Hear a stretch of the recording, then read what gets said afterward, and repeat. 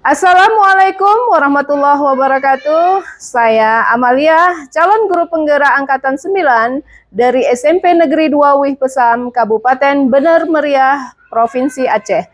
Pada kesempatan kali ini saya akan membagikan video demonstrasi kontekstual terkait dengan modul 3.1, pengambilan keputusan berbasis nilai-nilai kebajikan.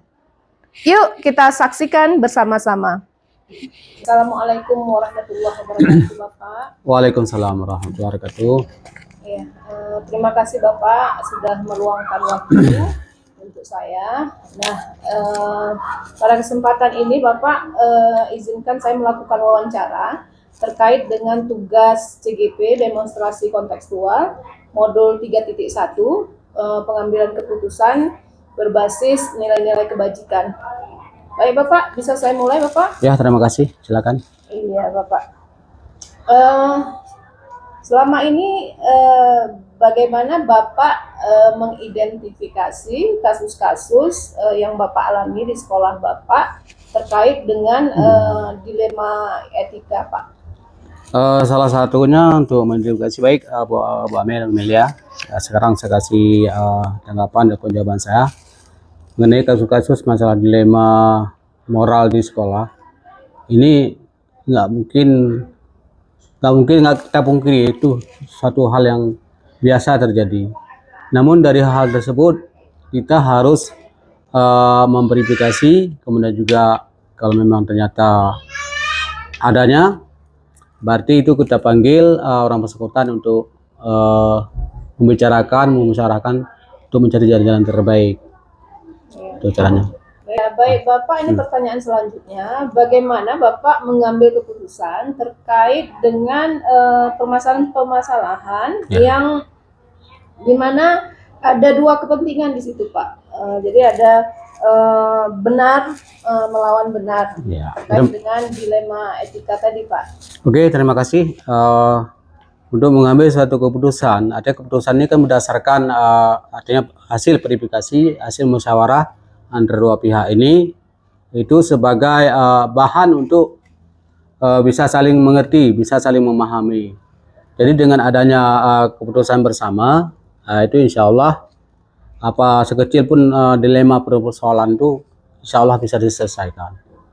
Ya, Pak. Jadi dengan melakukan musyawarah Pak Oke. Lanjut, pertanyaan selanjutnya adalah, langkah-langkah, tentu Bapak memiliki langkah-langkah, kemudian prosedur dalam pengambilan keputusan tersebut. Ya, terima kasih.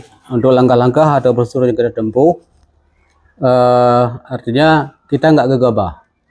Artinya membaca situasi, waktu yang baik, kemudian saat yang tepat untuk menangani kasus-kasus dilema tersebut.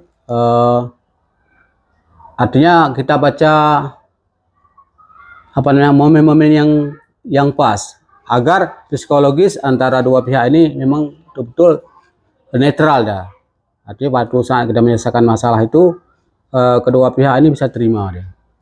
Ya, artinya Bapak tidak memihak salah satunya begitu Pak. Ya. Nah, menurut Bapak, menurut penjabaran Bapak ini, apakah ini efektif keputusan yang Bapak ambil ini? Ya, saya yakin dan percaya. Jadi apapun persoalan, kalau memang kita musyawarah, kalau kita sepakati, sebesar pun masalahnya ataupun sekecil pun persoalan bisa tuntas. Artinya kita punya keterbukaan, artinya tidak menekan antara satu pihak. Artinya memang betul-betul dua tim ini, dua pihak ini betul-betul sebagai mitra kerja kita ataupun sebagai ujung tombak daripada sekolah. Artinya bukan hanya tergantung di kepala sekolah, namun juga mereka ini merupakan satu kesatuan dalam satuan pendidikan yang kita pimpin. Ya. Bapak, luar biasa sekali Bapak, penjelasan Bapak. Nah, tentu dalam seorang pemimpin dalam mengambil keputusan tentu ada yang namanya tantangan Pak. Iya. Nah, selama ini dalam mengambil keputusan terkait dengan dilema etika tadi, tantangan apa saja yang Bapak hadapi selama ini? Jadi kalau soal tantangan memang masalah tantangan banyak sebenarnya tantangan. Tapi ada juga tantangan yang memang yang mungkin bisa kita selesaikan secara individu, bisa juga secara musyawarah.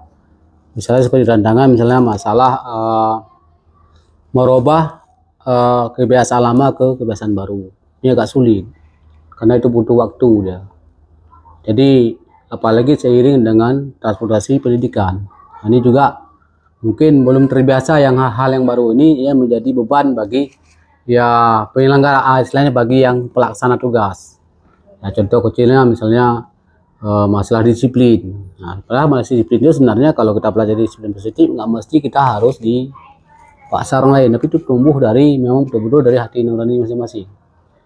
Nah, itu jadi tantangan juga. Jadi banyak Pak ya tantangan yang Ya. Bapak hadapi ya.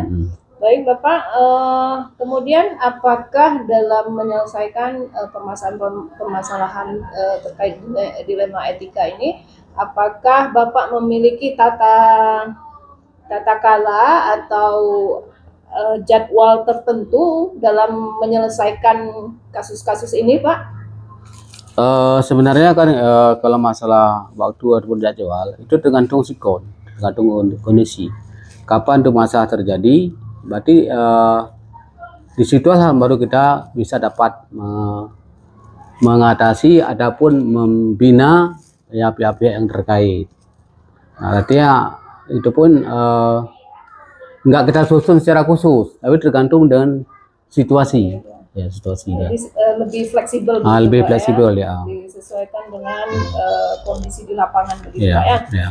Baik Bapak, selanjutnya, nah tentu ada faktor-faktor ya yang mempermudah Bapak dalam mengambil keputusan.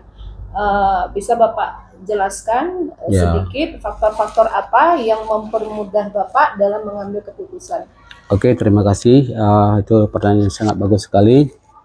Jadi faktor-faktor yang mempermudah mengambil keputusan ini nggak lepas daripada kerjasama.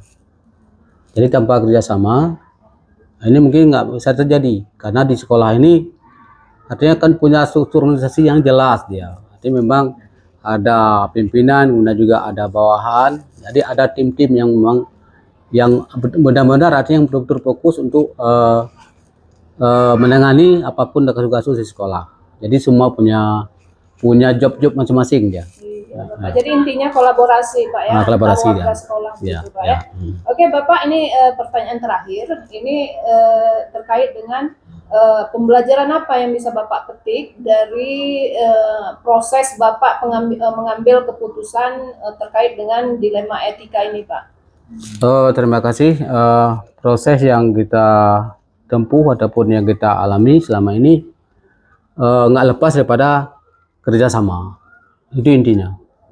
Adanya kolaborasi, adanya kerjasama, ada kekompakan, ada saling memahami. Ini insya Allah semua bisa dapat diselesaikan. Tapi nggak semata-mata memang secara individu atau secara pimpinan, tapi secara tetap kita merujuk kepada struktur daripada kerja di sekolah. Ya. Baik Pak, ini wawancara ini luar biasa ini Pak. Saya bisa belajar dari Bapak terkait dengan kepemimpinan, khususnya untuk mengambil keputusan, ya, keputusan yang terkait dengan dilema etika begitu Pak. Terima kasih Bapak atas waktunya. Ya, sama-sama, terima kasih Pak Min. Saya izin pamit dulu Pak. Ya. Assalamualaikum warahmatullahi wabarakatuh. Waalaikumsalam warahmatullahi. Baik Bapak, Assalamualaikum warahmatullahi wabarakatuh. Waalaikumsalam warahmatullahi wabarakatuh. Mohon maaf Bapak mengganggu sedikit waktunya. Nah, dalam kesempatan ini kami dari CGP Angkatan 9 ingin melakukan wawancara terkait dengan pengambilan keputusan berbasis nilai-nilai kebajikan. Baik Bapak, untuk pertanyaan pertama, bagaimana selama ini Bapak mengidentifikasi kasus-kasus yang merupakan dilema etika?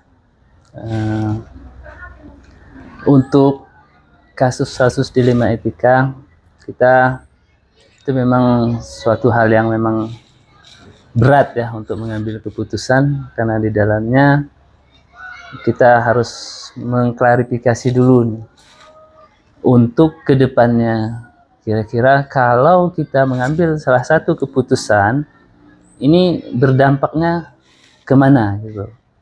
Jadi karena yang namanya dilema etika ini terkadang kan ada benar dengan benar, tapi kita akan lebih memprioritaskan ini tolak ukur hasil untuk kedepannya, dampak untuk kedepannya ini kemana yang lebih berpotensi lebih baik lagi. Itu yang selama ini kita lakukan. Kalau kita dalam menghadapi masalah-masalah seperti itu, kita tetap harus mengklarifikasi ke depannya mana yang harus lebih dominan nanti berdampak. Jadi kita tetap itu harus tidak boleh kita lepaskan itu. Ya, baik Bapak, terima kasih. Selanjutnya, bagaimana Bapak melakukan pengambilan keputusan di sekolah Bapak, terutama untuk kasus-kasus di mana ada dua kepentingan di sana, yaitu yang sama-sama benar, begitu Pak? Untuk sama-sama benar masalah kasus di sekolah, ini memang kita bilang sulit ya, memang sulit. Karena dua-dua punya kebermaknaan yang baik. Gitu. Cuma salah satu, kalau kita mengambil salah satu keputusan, tentunya ada yang satu yang kurang diuntungkan dengan keputusan ini. Jadi kita lihat lagi waktunya. Jadi kalau kita mengambil keputusan ini, dua-dua benar, terutama pada saat kita harus menggunakan data-data dalam ini, maka kita ambil dulu jarak waktunya.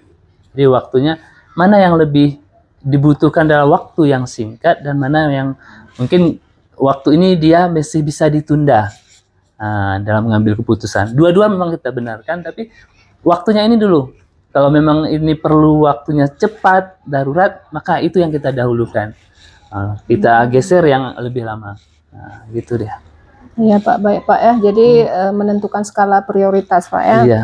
Iya baik. Selanjutnya Pak, langkah-langkah atau prosedur seperti apa yang Bapak lakukan selama ini dalam mengambil sebuah keputusan? Untuk langkah-langkah dan prosedur, ini kita tidak bisa mengambil keputusan itu langsung. Tapi kalau kita harus mengkaji dulu lebih awal prosedurnya, kira-kira ini masalahnya ini, ya pengen dulu kalau menurut Ibu masalahnya ini di masalah apa nih saya mengambil keputusan. Baik Bapak, terkadang kita dihadapkan pada masalah, pada kasus yang dua-duanya mengandung unsur kebenaran Pak ya. Misalnya di satu sisi ada misalnya teman kita, teman sejawat kita yang sering libur, tidak masuk ke kelas dengan alasan sakit. Jadi di satu sisi si guru ini memiliki alasan yang benar. Namun di sisi lain siswa juga tidak belajar dan itu kan merugikan siswa. Dan siswa juga dalam kasus ini pihak siswa juga benar. Nah, sebagai pimpinan mungkin Bapak punya langkah-langkah yang tetap fokus pada nilai-nilai kebajikan. Bagaimana Bapak memutuskan begitu Pak? Iya, terima kasih.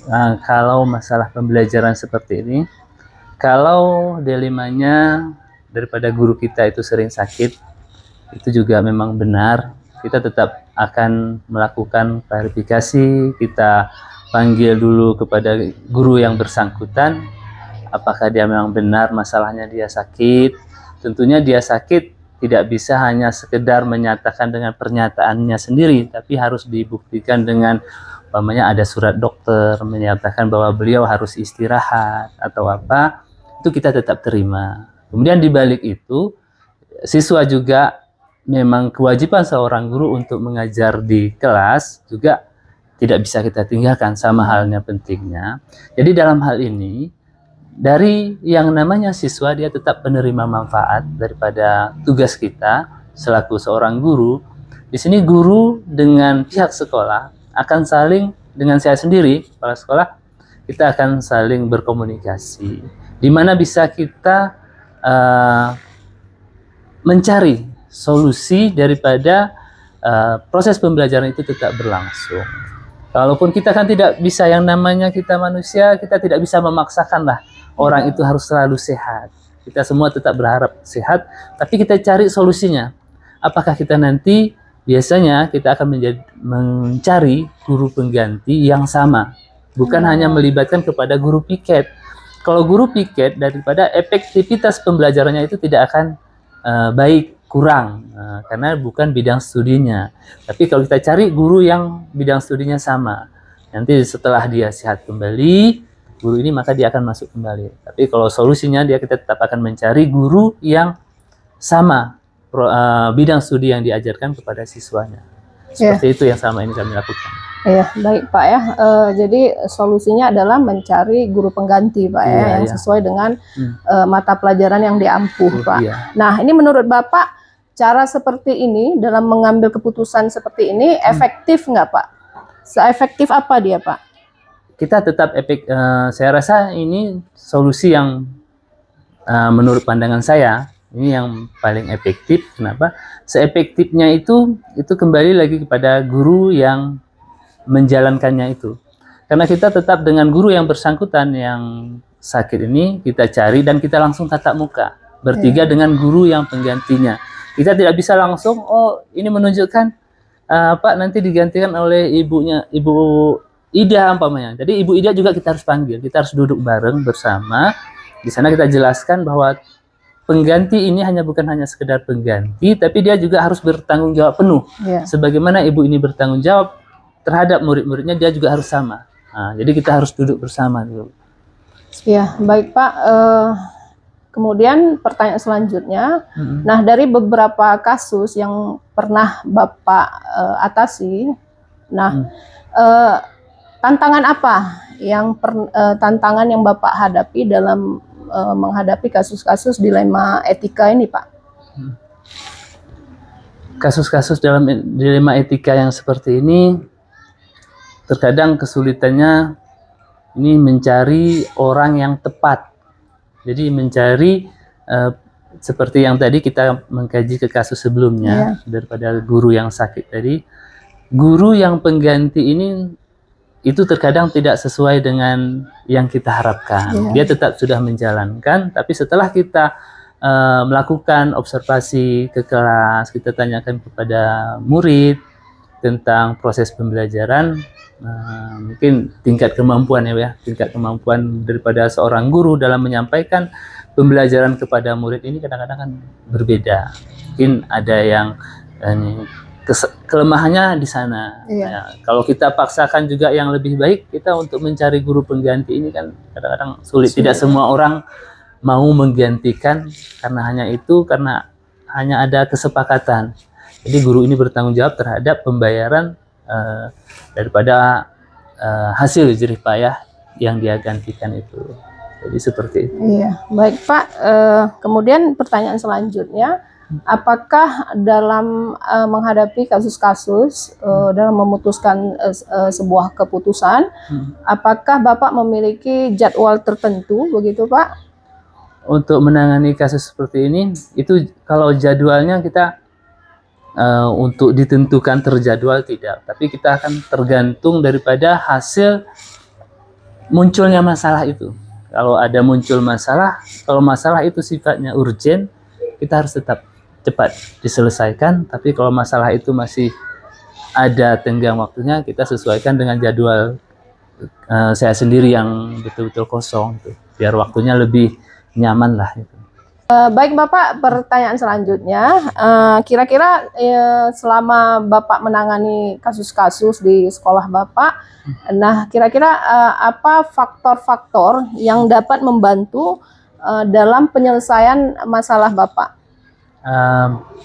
Kalau faktor-faktor ini dalam menyelesaikan masalah ini, yang pertama dukungan daripada yang bersangkutan. Umpamanya kalau kita kaji seperti masalah yang terjadi pada antara guru yang sakit terhadap proses pembelajaran, kalau faktor-faktor pendukungnya kembali kepada yang bersangkutan. Artinya gini, terkadang kalau guru ini dia sakit, dia masih punya tanggung jawab nggak terhadap daripada tugas yang dia harus selesaikan. Terkadang sebagian guru begitu dia ingin menggantikan, dia digantikan oleh orang lain, tentunya orang lain ini kan butuh transport lah kita bilang. Sebagian ini yang menjadi faktor pendukung ini, guru yang bersangkutan ini untuk mengeluarkan anggaran untuk membantu dia sendiri terhadap tugasnya, terkadang-kadang agak berat gitu. Nah, agak berat dia keluarkan. Padahal kan itu sebenarnya kalau kita ini gaji kan tanggung jawab dia. Nggak mungkin itu juga dilimpahkan terhadap orang lain. Jadi faktor pendukungnya itu balik lagi ke faktor pendukung terhadap yang bersangkutan yang pertama. Kemudian daripada yang faktor yang pendukung yang lain, ya seperti tenaga ahli yang penggantinya tadi, itu sangat perlu dalam menyelesaikan masalah. Kita harus ada solusi seperti itu. Tapi kalau pendukung ini, yang penting kerjasamanya lah antara pihak sekolah, terutama untuk kepala sekolah untuk bisa memutuskan terhadap dengan guru yang mengalami dilema tadi. Jadi faktor antara guru itu sangat, saya rasa itu yang paling utama. Guru itu dan mencari faktor yaitu pengganti yang dari luarnya ya. Itu yang sangat perlu. Ya. Baik Bapak, ini pertanyaan terakhir Bapak. Nah, dari keputusan-keputusan yang Bapak ambil, kemudian kasus-kasus yang Bapak hadapi, nah kira-kira pembelajaran penting apa yang bisa Bapak petik dari kasus-kasus dilema etika ini Pak?